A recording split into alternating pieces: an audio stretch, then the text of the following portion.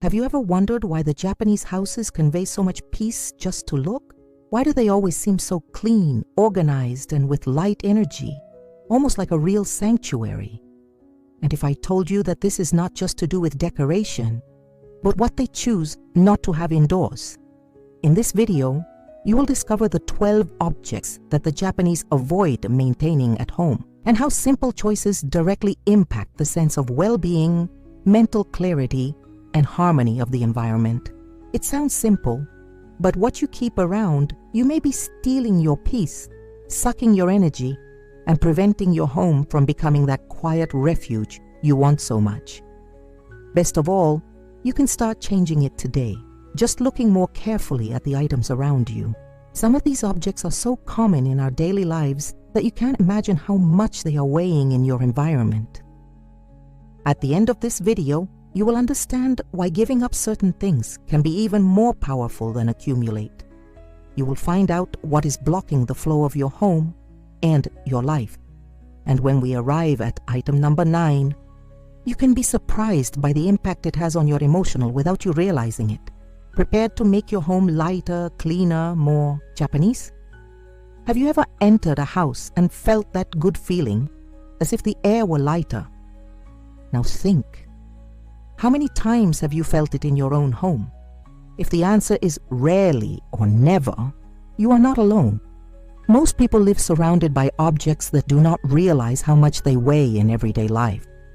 Things that hinder cleaning, block energy, and gradually create a mentally polluted environment. Sometimes you even try to get everything organized, but something looks out of place. And the truth is, it's not just a mess. This is what is present in your home. The Japanese are masters in creating peace and balanced environments. And this is not just from minimalist aesthetics. It comes from a silent wisdom to know how to give up, know what to maintain, and especially what to let go. In this video, I will show you 12 objects that the Japanese avoid having at home, and how these choices can completely transform the energy of your home. It's not about following an extreme lifestyle or throwing it all away, but of learning to see what really contributes to your peace. And most importantly, you don't have to spend money or make great reforms. This transformation starts with what you decide to remove, with small changes that bring great reliefs. Throughout the video, you will see how each object of your home tells a story, and perhaps it's time to rewrite this story. To create an environment that is not only beautiful, but it welcomes you, calm you down, and help you live better. Are you ready to know the 12 items that are hindering the harmony of your home? And how can you eliminate them back to the lightness you didn't even know you missed? Yellowish plastics, the aging of energy.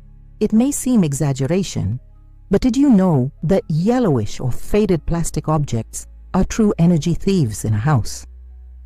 The Japanese avoid the maximum maintaining this type of item at home, and is not just for aesthetics. There is a principle behind it. What is visually aged conveys a sense of wear to the brain. Now think of those old plastic bowls, the lids that no longer close, the parts of the refrigerator or microwave that have lost the original color. These items pass a subliminal message that something is old, spent, sloppy. Worse, the more you live with it, the more normal it becomes in your eyes, and the more you get used to an energy that doesn't do you good. In Japanese culture, objects that are not in good condition should be discarded with respect. There is even a ritual called puyo, where the object is thanks for the time of service before letting it go. This shows how there is a symbolic value in keeping around only what still has life, color, and function. In practice, what you can do is simple. Open your cabinets and note. Kitchen items, organizing boxes, pots, utensils. Whatever is yellowish, deformed, or stained should be recycled or replaced. You don't have to change everything at once, but you can start with what most visually bothers you. The impact of this change is immediate. When removing these objects, the house seems to breathe better. Cleaning seems easier, the environment gains freshness, and especially your mind feels lighter. You look around and feel that everything is more careful, younger, more alive. And this is the point. A living house conveys good energy. A house full of lifeless things just consumes. Get rid of what you have already lost your energy function, and you will be surprised at how much it renews you inside as well. Clothes we don't wear, the invisible mess. You open the wardrobe and think, I have nothing to wear. But at the same time, he is packed.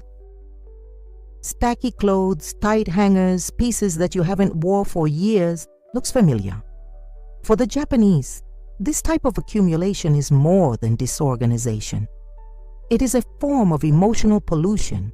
Clothes carry energy. Each piece has a story, a phase of your life, a moment. When you keep something you no longer use in the closet, either because it doesn't fit, it's out of fashion, or just no longer suits who you are in practice keeping an old version of yourself, and that weighs. In Japan, the concept of releasing space is treated with respect. Marie Kondo, for example, popularized this idea worldwide with the question, does it bring me joy? But this thought had been part of Japanese culture for a long time.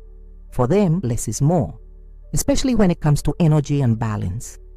Want to apply this in practice? Separate a time just to watch your clothes. No need to start by bending or taking everything out of the place. Just look, feel. See what still makes sense to be there. A piece you haven't used for over a year. Why are you still with you? It is taking up space, waging energy, and preventing new possibilities. New clothes, new versions of you arrive. Make the screening with love. You don't have to get rid of everything at once, but to be honest with yourself. Donate, sell, recycle. The important thing is to let go. The result is almost immediate. A lighter wardrobe gives you mental clarity. Choosing what to wear becomes faster, more enjoyable. And more than that, your self-esteem changes. Because now, when opening the doors of your closet, you only find real and gift versions of who you are today. And that, it's liberating. Accumulated paperwork, the weight of the past. Old letters, accounts paid from years ago, overdue bank statements, appliance manuals that no longer work. You know what I'm talking about, right? That stack of slowly growing papers, often hidden in a drawer or a forgotten folder in the corner. For the Japanese, this is a subtle but powerful form of letting the past master the present. Paper accumulation is one of the great villains of standing energy. It's not just about physical mess, it's about what it represents. Each forgotten paper, each unnecessary document carries a stagnation vibration. It is as if parts of your life were there, trapped, stacked. No room for the new to enter. In Japanese culture, there is a strong appreciation of the present moment. The now is what matters. Storing what no longer has a practical function, especially in excess, is considered a block for home fluidity. Therefore, they avoid maintaining papers that have no immediate use or that have already fulfilled their purpose. The practical application is simple and transformative. Choose a moment of silence, feel with your document drawers and start screening. Separate what really needs to be kept. Current contracts, important documents, essential proof. And discard the rest with conscience. Recycle whatever possible. If something brings doubt, think, will this serve me in a practical way in the coming months? If not, release. You will notice something curious. When cleaning the papers, your mind looks like it is also organized. It is as if you regain control, resume the reins. That hidden anxiety, which you didn't even know where it came from, begins to relieve. And this is because you take the weight of what is past and make room for what is to come. Less paper is more lightness. And believe me, this little gesture can be the first step towards major changes in your life, starting with peace in your own space.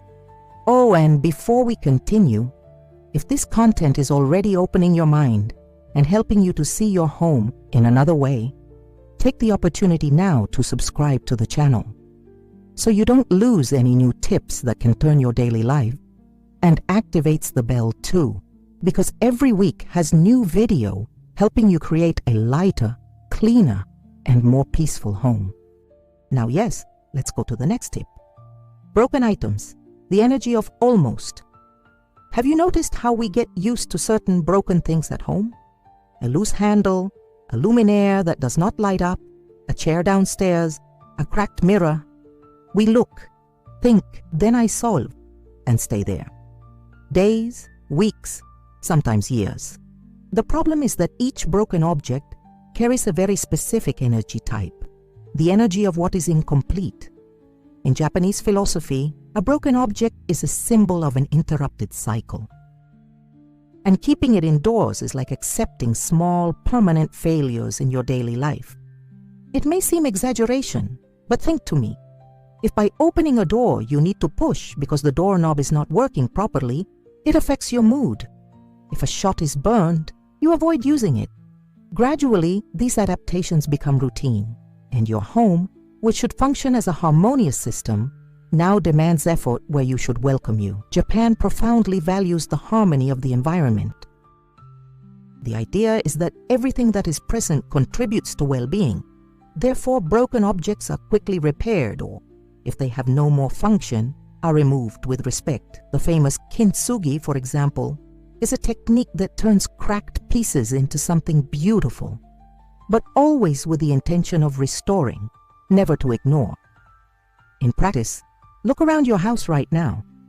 What is broken, hanging, damaged? Make a simple list. You don't have to fix everything today, but set a plan. One per week is enough. Or if that object no longer makes sense to you, discard. The benefits are immediate. You will start to feel your home more fluid. Things work as they should, and this brings a sense of autonomy of order. It is almost as if you are fixing also small pieces of your routine. And most importantly, you break free from the energy of the almost working, almost ready, almost good. And it comes to live in an environment where everything is, in fact, whole. Meaningless objects, empty decoration. Do you know that picture you put on the wall just because the space was empty? Or that vase you got as a gift and never liked it very much, but left there for education? Yeah. For the Japanese, keeping objects that do not have a clear emotional or symbolic purpose is the same as letting the energy of the house spread without direction. In Japanese aesthetics, everything that is present in an environment must have intention. Even what seems simple or empty is there for a reason. They follow the concept of ma, which values the space between things. This means that it is not necessary to fill each corner. On the contrary, void also has its function and should only be filled with something that brings meaning. Keeping meaningless items is like listening to a constant background noise. You do not realize where it comes from, but he is there, gradually wearing you. The decoration of your home does not need to be loaded with things. It needs to be loaded with meaning, of stories, of beauty that speaks to your heart. So here is the practical exercise.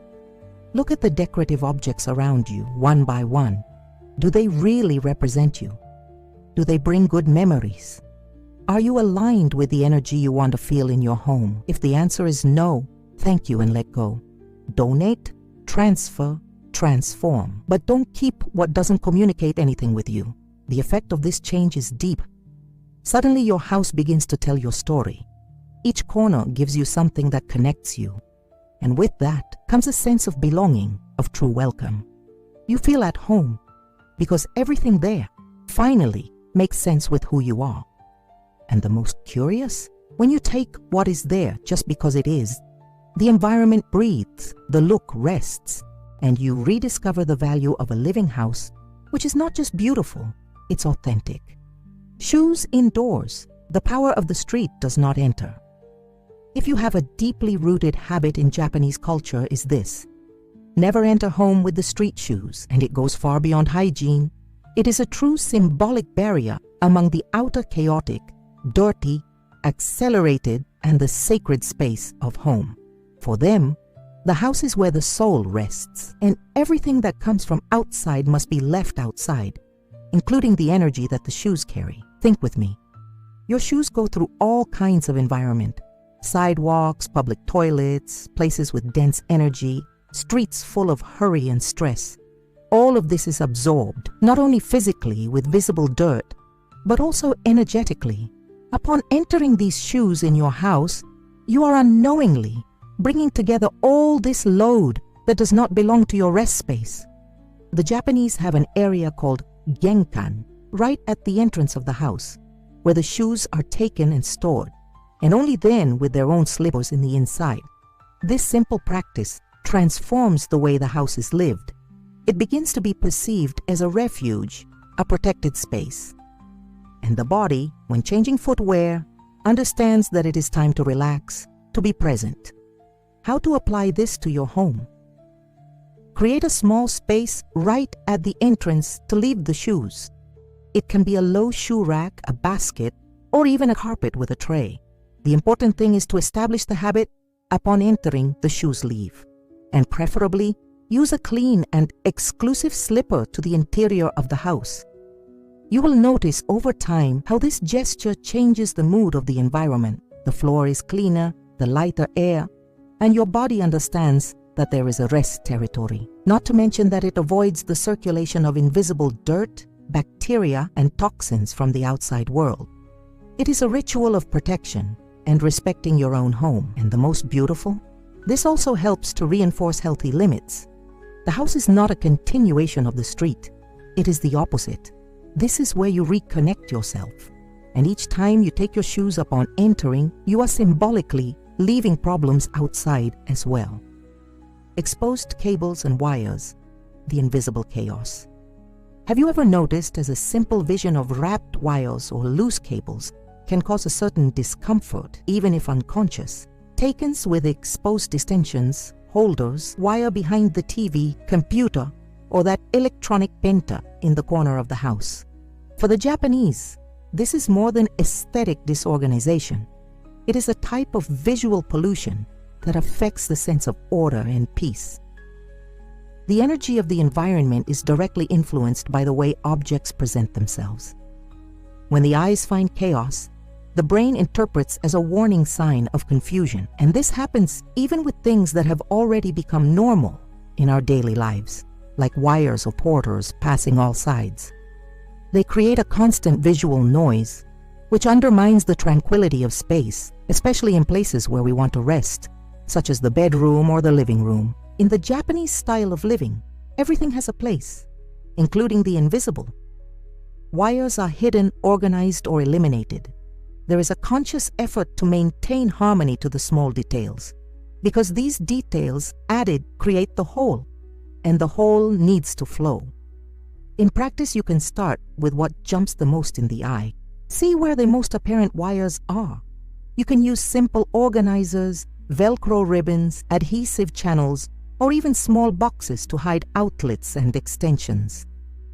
If possible, avoid having many devices on the same time at the same point. And if something is not being used frequently, like an old charger, keep it. Take a visual break for the house to breathe. The result of this change is subtle but transformative. The environment looks cleaner, more modern, lighter, and you feel more centered, less distracted. It is impressive how a corner with fewer threads conveys more peace. Your look rests, your mind calms down, and your home, finally, ceases to look like a work environment and is, in fact, a place of refuge. Sometimes organizing the hair is the first step in organizing thoughts. Dead or artificial plants, standing nature plants bring life into the house. They purify the air, balance moisture, beautify the environment, and more than anything, carry a constant renewal energy. And when does this energy break? And when the plant dries, withered, dies, or worse? Not really. In the Japanese view, having dead or artificial plants indoors is like simulating a connection with nature without actually living this experience. Worse, keeping a dead plant in the environment is maintaining a stagnant energy associated with the end of a cycle that has never been properly closed. What should represent vitality now symbolizes abandonment, sadness, and blockade. In practice, this happens all the time. A plant starts to dry, you don't want to throw it away because you still hope it will recover. It is there, forgotten in a corner, taking up space and spreading the energy of what it has already been. And with artificial plants, the effect is different, but equally harmful to energy flow. They do not breathe, do not grow, do not interact. They are just imitations of life, and therefore do not bring any kind of true renewal to space. In Japan, there's a deep respect for nature. When you take a plant into the house, it is cared for with intention, almost like a family member. If a plant dies, it is grateful, and the space is clean so that the energy can be renewed. Artificial plants are rarely used, and when they are, they have very specific decorative function without taking the place of living plants. Want to apply this at your home? Take a tour of your green. See the state of your plants.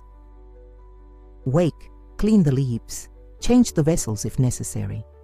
And if you have any that no longer has life, release with love. Replace with a new one, or even leave that empty space for a while. If you have a lot of artificial plants, rethink. Do they really bring beauty and lightness to the environment, or are they just filling a space by usual? The difference it makes is surprising.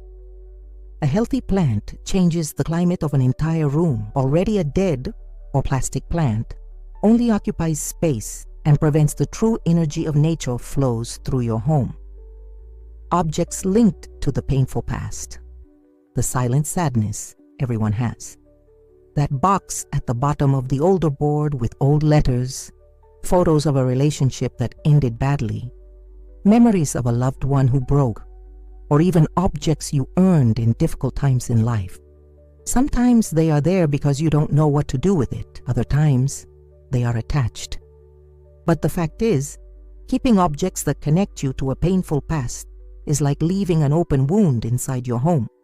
The Japanese treat home as a sacred space, a place where the spirit must rest, renew itself, and find peace. And so, everything that inhabits this space needs to contribute to this purpose. Storing objects that carry hurts, trauma, or losses is a subtle but constant to relive these emotions, even without realizing it. It's like having a gray cloud hovering in the environment, preventing the new from entering. Of course, there is respect for memories. It is not about erasing your story, but to learn to look at her with love. Choose what deserves to be maintained, and especially what can already be released with gratitude. When you keep something just for fear of forgetting or guilt, it begins to weigh, and this weight accumulates in forms of anxiety, inexplicable sadness, emotional tiredness. How to apply this in your life? Choose a moment of calm and open that drawer, that box, that forgotten corner. Go with the open heart. Look at each object and ask, does it still fit me? Does it bring me peace or hold me something that has passed? You don't have to get rid of everything, but you can keep it differently, turn into something new, or even return to the universe with respect. Sometimes burn a letter, bury a symbolic object, donate something that was difficult. It is a true ritual of liberation. And when you do that, something changes. The environment brightens, your chest relieves, your house smiles, because she feels that you are ready to live the present and allow the future to reach light. And this is perhaps the most powerful tip of all. Free the past to leave your home and your life. Breathe again. Dark and poorly lit environments, the block of clarity. Have you ever entered a dark, poorly lit room and felt a certain discouragement, as if the space was heavy, lifeless? Light plays a crucial role in the way we perceive and feel the environment. And in Japanese culture, this is taken very seriously.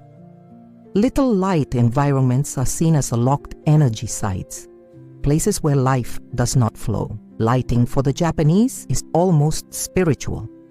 Natural light is valued to the fullest. Light curtains, open windows, sunlight reflectors, everything is planned to bring clarity inward. And when this is not possible naturally, gentle lights are used with warm tones that mimic the light of dawn or dusk moments of transition that symbolizes balance. Now think about your home. How many environments have little light? that always dark laundry, the forgotten corridor, a room where the lamp has burned for weeks and has never been changed, the kitchen with cold, almost clinical lighting.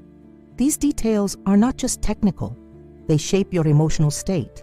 What's more, dark environments tend to accumulate dirt, forgotten objects, and even odors.